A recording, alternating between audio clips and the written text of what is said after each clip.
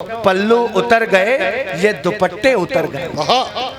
जिंदाबाद। पल्लू उतर गए, ये दुपट्टे उतर गए, शर्मो हया के ज़हन से पर्दे उतर गए। पल्लू उतर गए, ये दुपट्टे उतर गए, शर्मो हया के ज़हन से पर्दे उतर गए। थोड़े से व्यूज पाने के चक्कर में क्या कहें, कुछ बच्चियों के जिस्म से कपड़े उतर गए। थोड़े से व्यूज पाने, जिंदाबाद। थोड़े से व्यूज पाने के चक्कर में क्या कहें।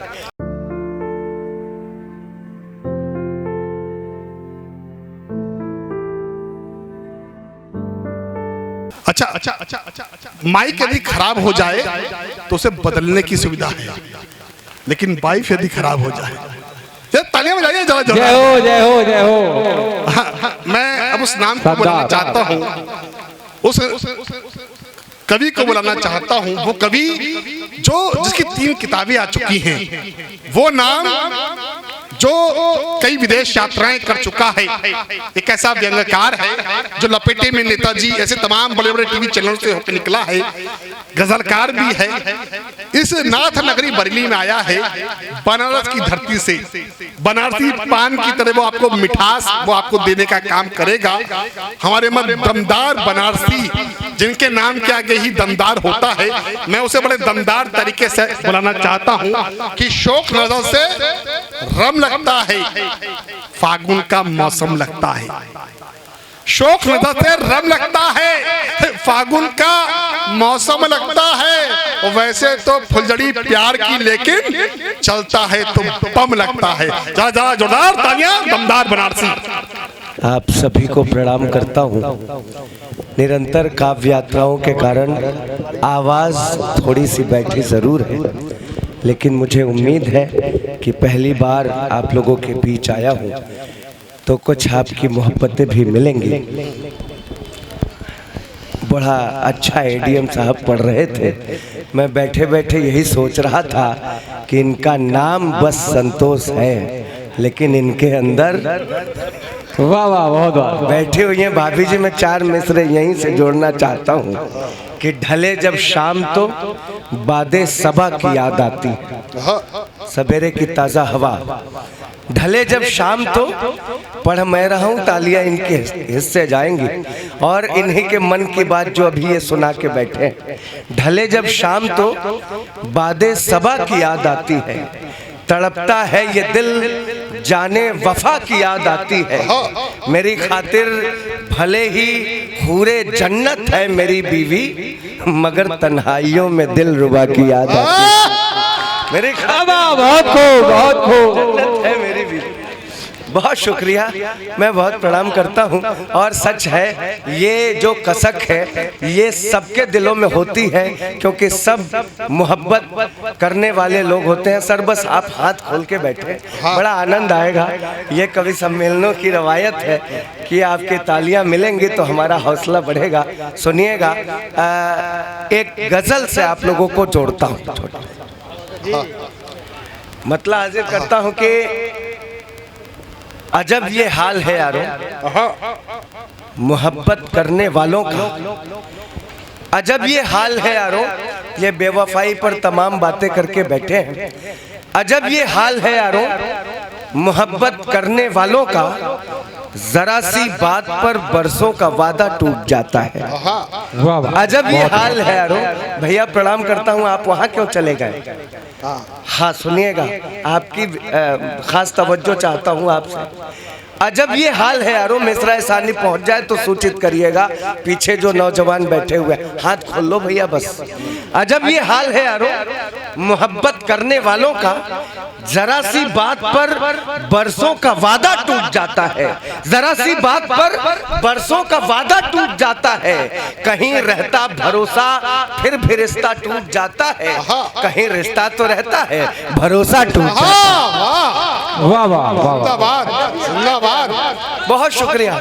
अजब ये हाल है। मोहब्बत करने वालों का। ये बार बार बता रहे थे कि विधायक जी राम भक्त हैं, विधायक जी राम भक्त हैं, अच्छी बात है। दरअसल राम को ऐसा पॉलिटिकल बना दिया गया है कि उनकी ना तो किसी को परवाह है, ना तो उनकी जीवनी से कोई आजकल सीख लेता है, बस एक कौमी नारा बनाकर छोड़ दिया गया है। लेकिन राम क्या है मैं बताना चाहता हूँ, राम क्या है मैं बताना चाहता हूँ आप लोगों को एक छंद के माध्यम से। हम भारतवासी नाम के पीछे नहीं भागते सर, और राम किसी की बपौती नहीं है, चाहे वो कोई पार्टी हो, चाहे कोई धर्म हो। कभी अल्लामा इकबाल ने इमामे हिंद कहा था राम को, राम मुसलमानों के भी उतने ही हैं जितने हिंदुओं के हैं। सुनना कि हम किसकी पूजा करते हैं। आदरणीय डीएम साहब, माँ पिता का मान रख काट लिए वनवास, माँ पिता का मान रख काट लिए वनवास, ऐसे संस्कारियों के चित्र पूजते हैं हम क्या पूजते हैं सर? माँ पिता के मान रख। आप लोग तालियां बजा रहे, मुझे बहुत खुशी हो रही है, लेकिन बात पहुंच जाए पूरी तब बजाएं। बहुत पहले बजा देंगे तो मजा मेरा भी सुनाने का कम हो जाएगा और आप तक बात पहुंचेगी भी उस तरह से नहीं जिस तरह मैं पहुंचाना चाहता हूं। सर हाथ खोल के बैठिए। देखिए, कवि सम्मेलनों की ये परंपरा जरूर है। मैंने कभी ये लिखा था, ये छंद याद आया कि कविता में गीता है, कुरान बाइबिल और कविता में ही महान ग्रंथ गुरुबानी है। कवि सम्मेलनों में आना काव्य की समझ, यह संस्कारवान होने की निशानी है। हमको खुशी है यहाँ आपने बुलाया, हमें कवि कर्म करना है, कविता सुनानी है, और आप यहाँ आए हैं तो हाथ खोलिए जनाब, दाद भी देनी है और ताली भी बजानी है। बस दोनों काम आप करते रहे। मैं तो वैसे आप किसी कवि से नाराज होकर कहीं जा नहीं सकते। एक घटना याद आती है मुझे। एक बार एक राजा एक कवि से नाराज हो गया और उसने उसको सजा सुनाई कि इस कवि को कल सुबह भोर में बीच चौराहे पर फांसी पर लटका दिया जाए। सिपाहियों को यह आदेश दिया कि जरा नजर रखो ये रात भर क्या करता है।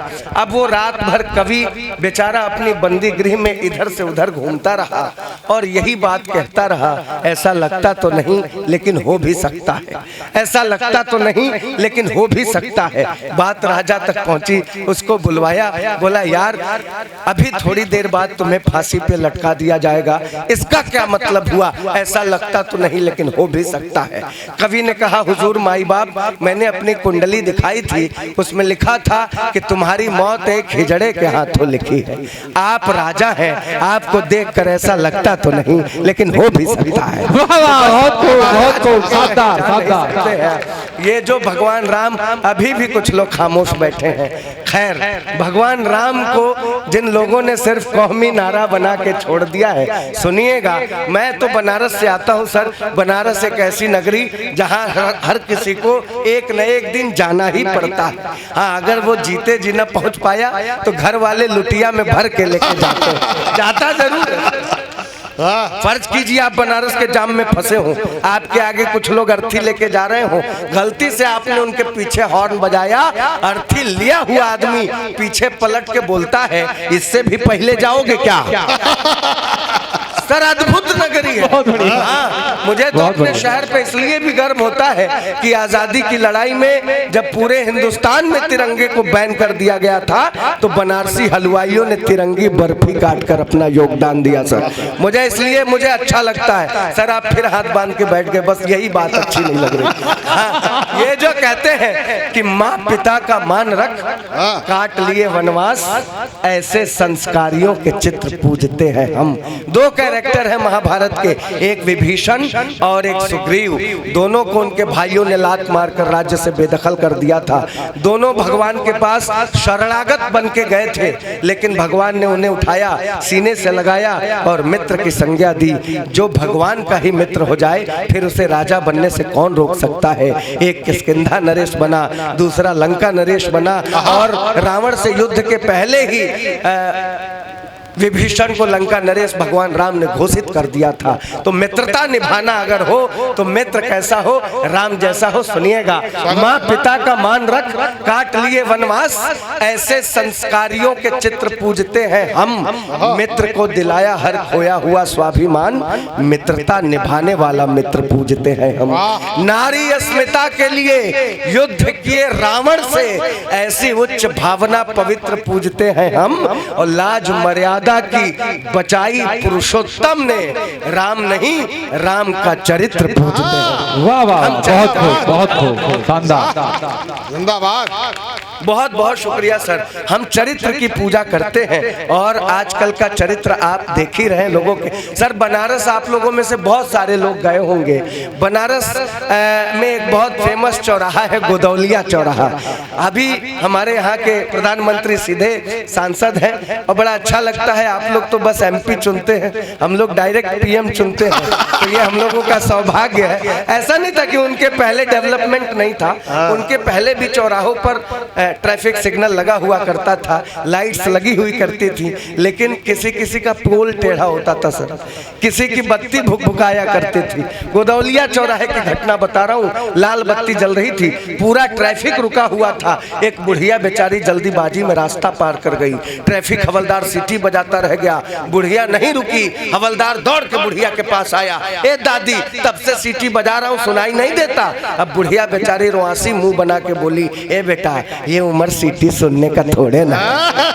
तो सर ये अलग तरह का मामला है, मुझे खुशी होती है। हाँ देखिए आदरणीय बैठी हुई, अभी तक ताली नहीं बजा रहे। नहीं बढ़िया, आप तो ऐसे बजा रही हैं जैसे लास्ट में आटा बच जाता है, उसके बाद थोक के तवे पे डालना हो। नहीं, कभी कभी ऐसा भी होता है। एक जगह कवि सम्मेलन में कविता पढ़ रहा था, सामने एक महिला बैठी हुई, हाँ, और वो बिल्कुल ताली नहीं बजा रही थी। मैंने कहा भाभी जी क्या बात है, कविता पसंद नहीं आ रही? बोली ऐसी बात नहीं है, तुम्हारी शक्ल मेरी जेठानी से मिलती है, अब बताइए उसमें हम क्या कर सकते।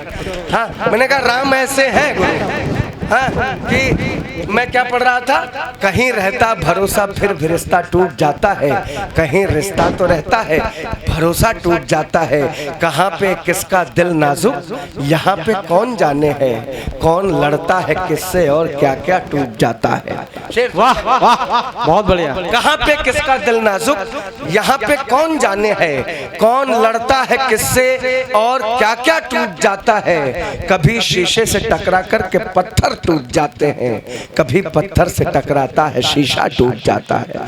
बहुत शुक्रिया सर, बिना अनुभव के कुछ लिख नहीं सकते हैं। मेरे छोटे बच्चे हैं, 2 बच्चे हैं, उनका नाम मैंने शब्द अर्थ रखा है। मैं उनको देखता हूं तो अनायास 4 पंक्तियां याद आती हैं और कोशिश की है मैंने कि जितने पिता बैठे हैं उनको समर्पित करना चाहता हूं कि बिना अनुभव के आप कुछ नहीं लिख सकते हैं। दिल कहां काबू में रहता है जमा होने के बाद, दिल कहां काबू में रहता है जमा होने के बाद, इश्क परवाने ने सीखा है धुआं होने के बाद।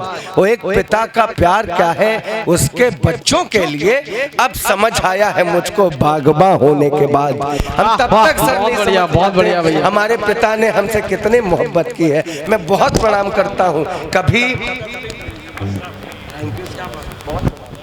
कहीं रहता भरोसा फिर भी रिश्ता टूट जाता है, कहीं रिश्ता तो रहता है भरोसा टूट जाता है, कहाँ पे किसका दिल नाजुक यहाँ पर कौन जाने है, कौन लड़ता है किससे और क्या क्या टूट जाता है, कभी शीशे से टकरा कर के पत्थर टूट जाते हैं, कभी पत्थर से टकराता है शीशा टूट जाता है। शेर महाभारत से लेके अब तलक दुश्मन है भाई ही, महाभारत से लेके अब तलक दुश्मन है भाई ही, दुश्मन है भाई ही, मगर अपनों से लड़ने का इरादा टूट जाता है। जिंदाबाद। भारत से लेके अब तलक दुश्मन है भाई ही, मगर अपनों से लड़ने का इरादा टूट जाता है, मगर अपनों से लड़ने का इरादा टूट जाता है। कहीं धागे के आगे कितने रस्से टूट जाते हैं, कभी रस्से के आगे आगे सारा धागा टूट जाता है। मैं बहुत प्रणाम करता हूँ सर, आप लोग बहुत अच्छा सुन रहे हैं। और ये तो अच्छा हुआ कि विधायक जी निकल गए। मैं तो एक बात करना चाहता था उनकी मौजूदगी में। सच बता रहा हूँ, ये चैनल वाले मुझे अक्सर बुलाते रहते हैं। एक बहुत बड़े चैनल से सर फोन आया कि दमदार भाई आपको रुपया गिर रहा है, इस पर कविता करनी है। मैंने कहा कर दूंगा सर। 10 मिनट बाद कॉल बैक आया, बोले आप बनारस से आते हैं, जरा मोदी जी को कायदे से लपेट दीजिएगा। मैंने कहा आप कैसी बात कर रहे हैं? मैंने मोदी जी को जिताया है, उन्हें वोट दिया है, और सदियों में कोई ऐसा प्रधानमंत्री आता है जिसको सिर्फ हिंदुस्तान नहीं विश्व के 11 देशों का सर्वोच्च सम्मान हासिल होता है, तो हम हर भारतवासी का सीना चौड़ा हो जाता है। और आप कह रहे हैं रुपया गिर रहा है, इसमें मोदी जी की गलती बताओ। मैंने तुरंत जवाब दिया आदरणीय, मैंने कहा रुपया गिर रहा है, इसमें मोदी जी की कोई गलती नहीं है, रुपये की गलती है। वो गिरा क्यों? वो गिरा क्यों? मैंने जवाब दिया, मैंने कहा 56 की उम्र में रहीम राम गिर पड़े। हनीप्रीत जानती है इश्क का फितूर है। नहीं, 2 ही बार बजी। मैं आपकी कसम खा के बता रहा हूँ, इस छंद पर बजाई गई आपकी एक एक ताली मेरे लिए ठीक वैसा ही काम करेगी जैसा बाबा के लिए हनीप्रीत किया करते थे। बजाइए, इस बार बजाना है। उधर के लोग क्यों खामोश हैं? मैंने कहा 56 की उम्र में रहीम राम गिर पड़े। उधर के लोग क्या कांग्रेसी बैठे हैं क्या? वो प्रोटोकॉल में बैठे हैं। नहीं, वो अधिकारियों से अलग है, इसलिए मैं बोल रहा हूँ। मैंने कहा 56 की उम्र में रहीम राम गिर पड़े। हनीप्रीत जानती है इश्क का फितूर है। एनडी तिवारी का तो डीएनए टेस्ट याद होगा। गिरे थे 86 में, ये किस्सा मशहूर है। 60 रामपाल और 72 में आसाराम। गिरने की सूची हमें ज्ञात तो जरूर है, वो बड़े बड़ों को भी हम पाते हैं गिरा हुआ है। रुपया गिरा तो मोदी जी का क्या कसूर? मैं मोदी जी क्या कर सकते हैं? ऐसे ही सर एक कांग्रेसी नेता बनारस के एक ज्योतिषी के पास पहुंच गया, बोला हमारे युवराज कभी पीएम बनेंगे कि नहीं। ज्योतिषी ने जो उपाय बताया वो आप तक पहुंचा रहा हूं, मैंने कुछ नहीं कहा है। ज्योतिषी ने जो उपाय बताया उसने कहा जरूर बन सकते हैं, पूरी संभावना है। उसने कहा कि पीएम की कुर्सी मिलने का कुछ आभास नहीं होगा, इसके वादों पर जनता को अब विश्वास नहीं होगा, और जब तक शादी की शहनाई नहीं बजेगी आंगन में, राजनीति के इम्तिहान में पप्पू पास नहीं होगा। मैं प्रणाम करता हूं, मैं राजनीति को और ज्यादा नहीं पढ़ूंगा, इतना तो पढ़ना ही था। कहीं रहता भरोसा फिर भी रिश्ता टूट जाता है, कहीं रिश्ता तो रहता है भरोसा टूट जाता है। एक शेर मेरे दिल के सबसे करीब है, सुनिएगा। है दरिया आंख में और दिल के अंदर सब्र का बंधा। है दरिया आंख में और दिल के अंदर सब्र का बंधा। ये कह रहे थे पढ़ लिख लेते यार तो हम भी कलेक्टर हो जाते। भैया न गमों का ये सिलसिला होता, काश ये दिल ना आसना होता। वो अगर बेवफा नहीं होती मैं भी शायर कहाँ बना होता। ये तो है, तो माननी पड़ेगी बात कि और कुछ लड़कियां होती है ना सर, नौजवान लोगों, कुछ लड़कियां होती है ना जो कहती है I love you but as a friend. मतलब आप घुमाओ फिराओ खर्चा करो 17 प्रो मैक्स दिलवाओ, लेकिन लास्ट में ये कह के निकल जाती है I love you but as a friend. मैंने 4 लाइनें ऐसी लड़कियों के लिए लिखी। मैंने कहा कि रिश्तों में चालाकी करना सीख गए, जैसा छोड़ गई थी वैसे थोड़े हैं। रिश्तों में चालाकी करना सीख गए, जैसे छोड़ गई थी वैसे थोड़े हैं। और तुम भी जिसके साथ रहो बचकर रहना, सारे लड़के मेरे जैसे थोड़े हैं। तुम भी जिसके सारे लड़के मेरे जैसे थोड़े, सारे लड़के मेरे जैसे थोड़े हैं। मैडम आप इतनी संख्या में नारी शक्ति का प्रतिनिधित्व कर रही हैं। हमारी तरफ एक कहावत है, किसी का पति किसी का प्रेमी अगर वो ज्यादा मोहब्बत करता है प्रेमिका से तो उसके हाथों की मेहंदी गाढ़ी होती है। ये कहावत इधर भी होगी। मैंने 4 मिसरे निकाले हैं, सुनिएगा। स्वागत कि है। सूखे में आसमान पर बदली नहीं चढ़ी। सूखे में भैया, सूखे में आसमान पर बदली नहीं चढ़ी, रंगत मेरे रकीब की जल्दी नहीं चढ़ी। वो गाढ़ा था खून मेरी मोहब्बत का, इसलिए शादी में उसके हाथ की मेहंदी नहीं। गाढ़ा था खून मेरी मोहब्बत का, इसलिए शादी में उसके हाथ की मेहंदी नहीं चढ़ी। सर प्रणाम करता हूँ कि हैदरिया आंख में कहीं रहता भरोसा, फिर भी रिश्ता टूट जाता है। कहीं रिश्ता तो रहता है, भरोसा टूट जाता है। ने कि हैदरिया आंख में और दिल के अंदर सब्र का बंधा। ये आप प्रशासनिक अधिकारी हैं, आप लोगों के सामने अक्सर आए दिन ये घटनाएं होती हैं। आपका भी सब्र एक बार जवाब दे जाता होगा। ये कितना झेले, हैदरिया आंख में और दिल के अंदर सब्र का बंधा, बमुश्किल वक्त में दोनों का नाता टूट जाता है।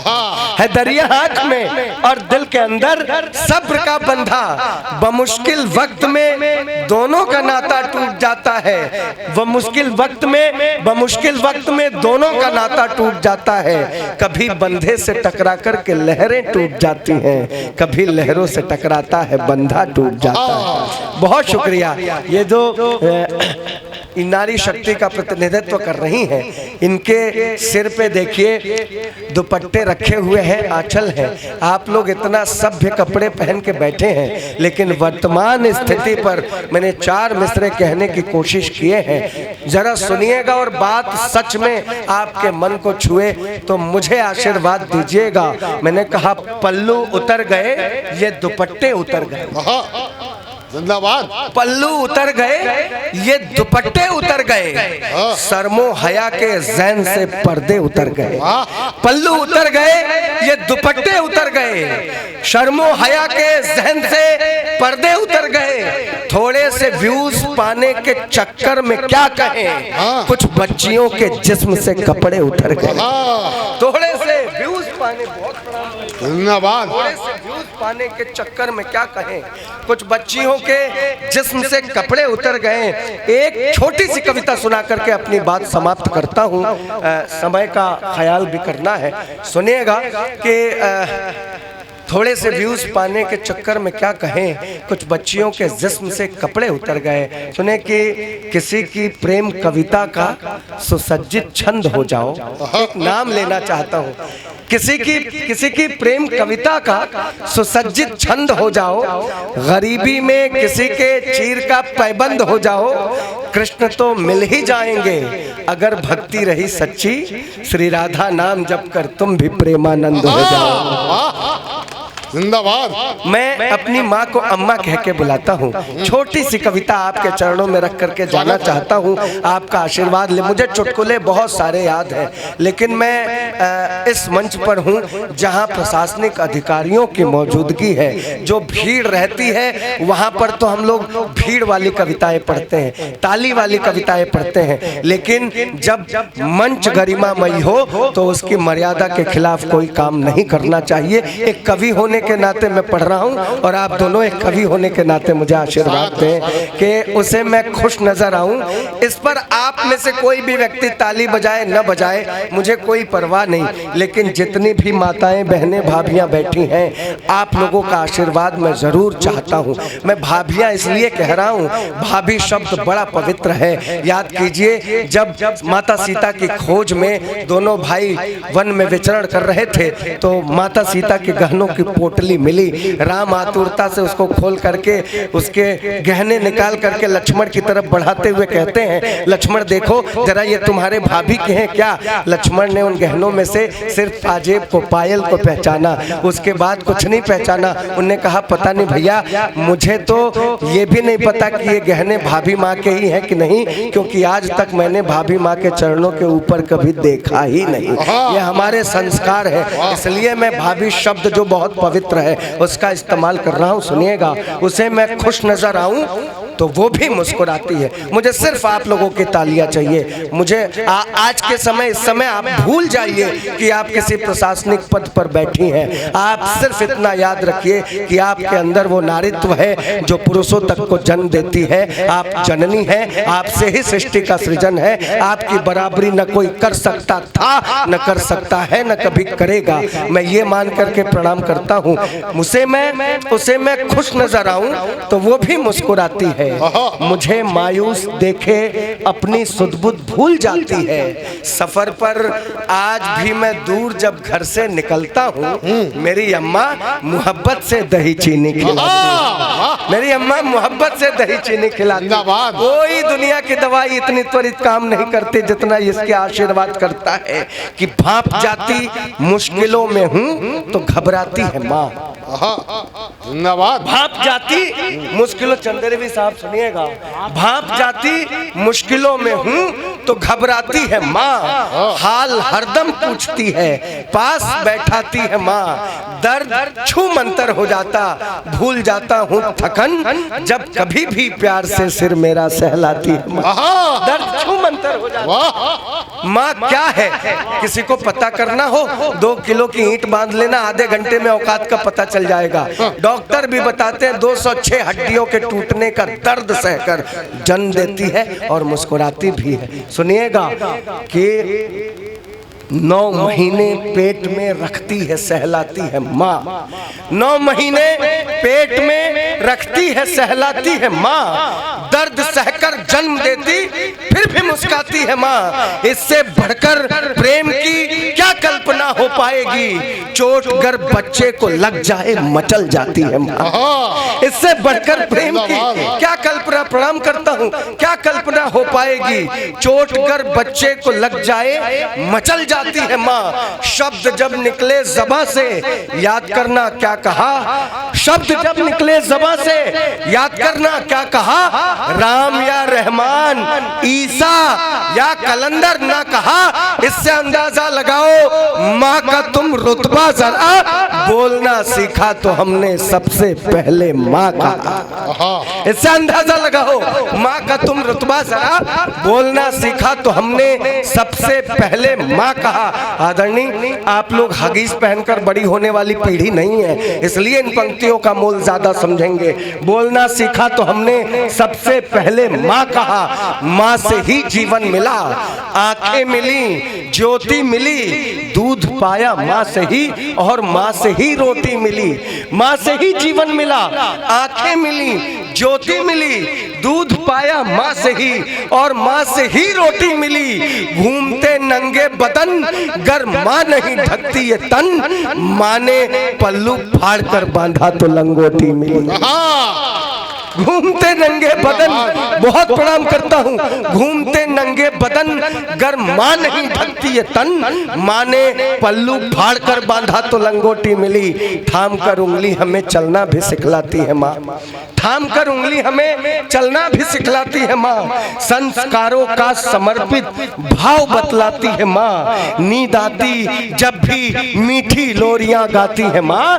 बंद आंखों से भी हमको बस नजर आती है माँ। नींद आती जब भी मीठी लोरियां गाती है माँ। बंद आंखों से भी हमको बस नजर आती है माँ। उम्र का हिस्सा दिया औलाद को हंसते हुए, वक्त उसको कब मिला खुद के संवरने के लिए। उम्र का हिस्सा जिंदाबाद। और कोई अगर प्रशासनिक अधिकारी 24 घंटे की ड्यूटी, 10 मिनट भी आराम नहीं, उस पद के बाद माँ का पद भी इंतजार करता है।